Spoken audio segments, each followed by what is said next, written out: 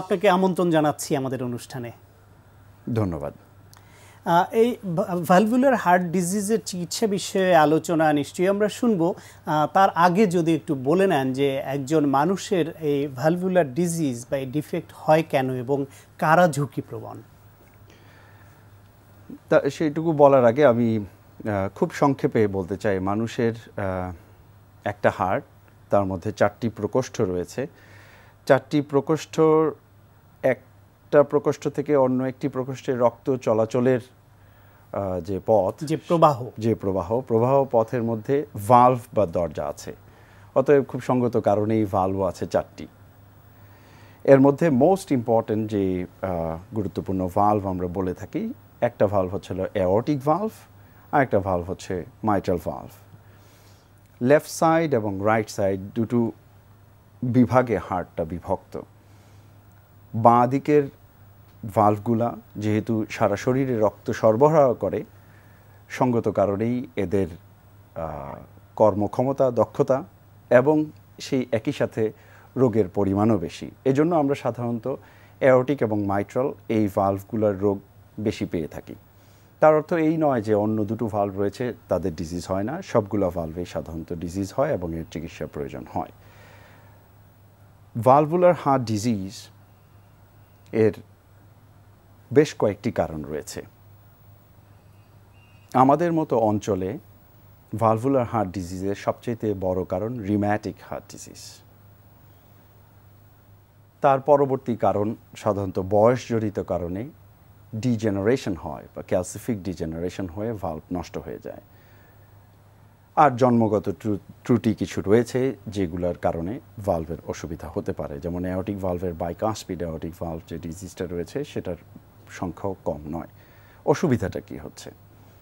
যেহেতু শুরুতেই বলেছি রক্ত প্রবাহ এক প্রকোষ্ঠ থেকে অন্য প্রকোষ্ঠে যাচ্ছে, সাধারণত যে জিনিসটা হয় সেটা হচ্ছিল ভালভ সংকুচিত হয়ে যেতে পারে, অথবা যেহেতু দরজা ঠিকমতো যদি কাজ না করে তাহলে সে ঠিকমতো বন্ধ না হতে পারে, সেক্ষেত্রে প্রবাহ বাধাগ্রস্ত হচ্ছে অথবা বিপরীতমুখী প্রবাহ হচ্ছে।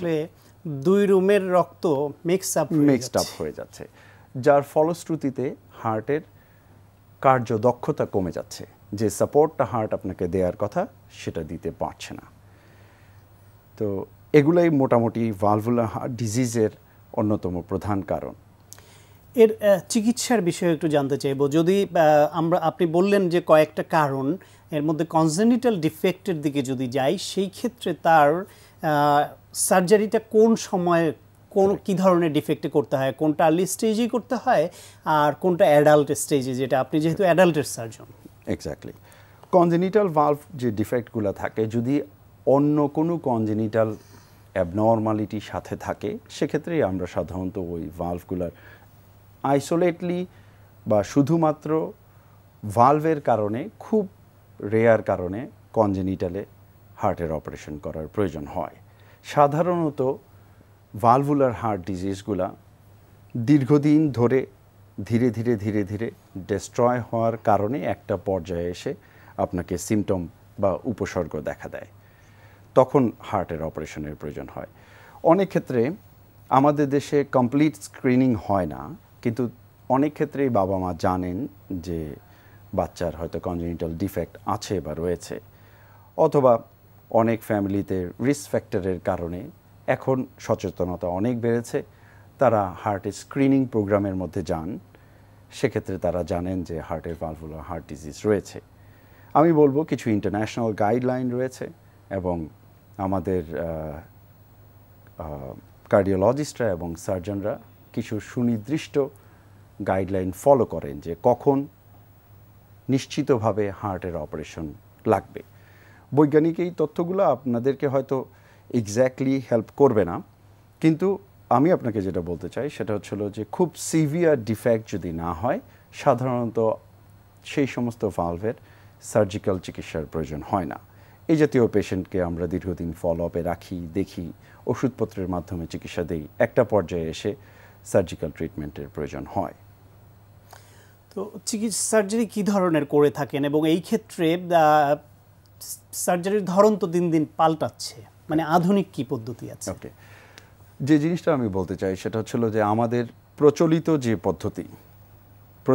পদ্ধতির সার্জিক্যাল চিকিৎসা বলতে আমরা যা বুঝি, আপনার একটা হার্টের ভালভ কোনো কারণে ডিজিজড, আমরা এই ভালভটাকে রিপ্লেস করে অন্য একটা আর্টিফিশিয়াল ভালভ বা প্রসেসিস ইমপ্ল্যান্ট করে দিচ্ছি।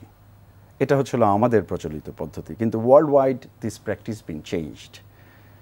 এখন ওনারা যেটা বলছে, যেই সমস্ত ক্ষেত্রে পসিবল, অবশ্যই সিলেক্টিভ গ্রুপ অফ পেশেন্টের ক্ষেত্রে আপনার নিজস্ব যে ভালভ আছে সেই ভালভটাকে আমরা রিপেয়ার করতে পারি, মানে যেটা ডিফেক্টিভ সেটা ডিফেক্টটা সারিয়ে দেয়া।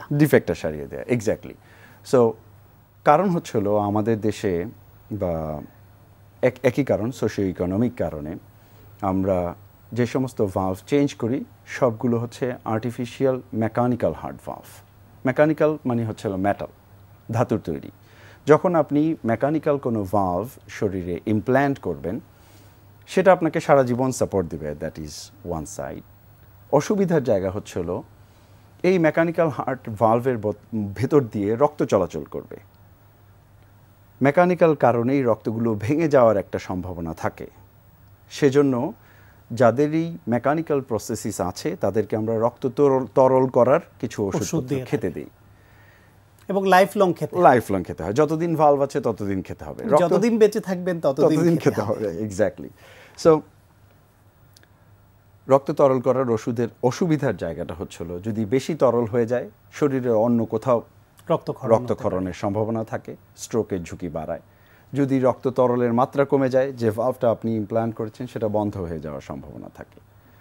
এই কারণে this practice is going to be modernized. কি মানে এখানে আমরা একটা রোগ সারাতে গিয়ে আরেকটা চিকিৎসা লাইফ লং শুরু করে দিচ্ছে। এক্স্যাক্টলি। যে জিনিস থেকে ওয়ার্ল্ড ওয়াইড তারা এই প্রক্রিয়া থেকে বের হয়ে আসার চেষ্টা করছে। এই চেষ্টার একটা আমি আপনাকে অলরেডি বললাম যে হার্টের নিজস্ব ভালভ রেখে সেই ভালভটা রিপেয়ার করা সম্ভব, এবং সেটা মিনিমাল ইনভেসিভেও করা সম্ভব। ওপেন হার্ট না করেও কি হোল অপারেশনের মাধ্যমেই এই হার্ট ভালভ রিপেয়ার করা সম্ভব।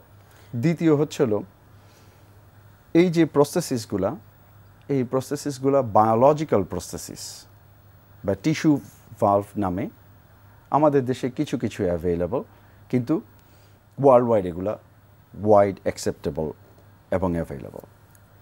টিস্যু ভালভের এখনকার যে টেকনোলজি, টিস্যু ভালভের ডিউরেশনও অনেক বেশি, এবং আমি মনে করি যে একটা পর্যায়ে আমাদের এই চেঞ্জ অফ প্র্যাকটিস অ্যাডপ্ট করা উচিত। সিলেক্টিভ গ্রুপ অফ পেশেন্টের জন্য আমাদেরকে অবশ্যই কমপ্লিকেশনের দিকে লক্ষ্য রেখে এই প্র্যাকটিসটা পরিবর্তন করা প্রয়োজন। ডেফিনেটলি যাদের বেলায় সুযোগ আছে আমার বেশি ভালো করার, লেস কমপ্লিকেশন, তার পরবর্তী জটিলতা, সারা জীবন ওষুধ খেতে হবে না, সেটা সুযোগ থাকলে অবশ্যই সেই সুযোগ গ্রহণ করা উচিত। এবং বাংলাদেশে আপনারা শুরু করেছেন বা করছেন, প্রত্যাশা থাকলেও এটা অনেক দূরে এগিয়ে যাবে। আপনাকে অনেক ধন্যবাদ। আপনাকে অনেক ধন্যবাদ। আরেকটি কথা না বললেই নয়, যারা হার্ট সার্জন তারা জানেন যে কোনো হার্ট ভালভ রিপ্লেস করার জন্য অনেকগুলো সুচার ম্যাটেরিয়াল ব্যবহার করা হয়। টেকনোলজি এখন এত অ্যাডভান্স হয়েছে যে আমাদের দেশেও এই জিনিসটা অ্যাভেলেবল। আমরা সুচারলেস বা কোনো ধরনের সুচার ম্যাটেরিয়াল ছাড়াই হার্ট ভালভ পাওয়া যায়, সেই হার্ট ভালভ ব্যবহার করা সম্ভব। মানে এখানে সেলাই করার কোনো প্রয়োজন নেই। আপনাকে অনেক ধন্যবাদ। আপনাকেও অসংখ্য ধন্যবাদ। প্রিয় দর্শক, আমরা শুনছিলাম হার্টের ভালভুলার ডিজিজ ও তার সার্জিক্যাল চিকিৎসা নিয়ে অত্যন্ত প্রয়োজনীয় কিছু পরামর্শ। আশা করি আপনাদের কাজে লেগেছে।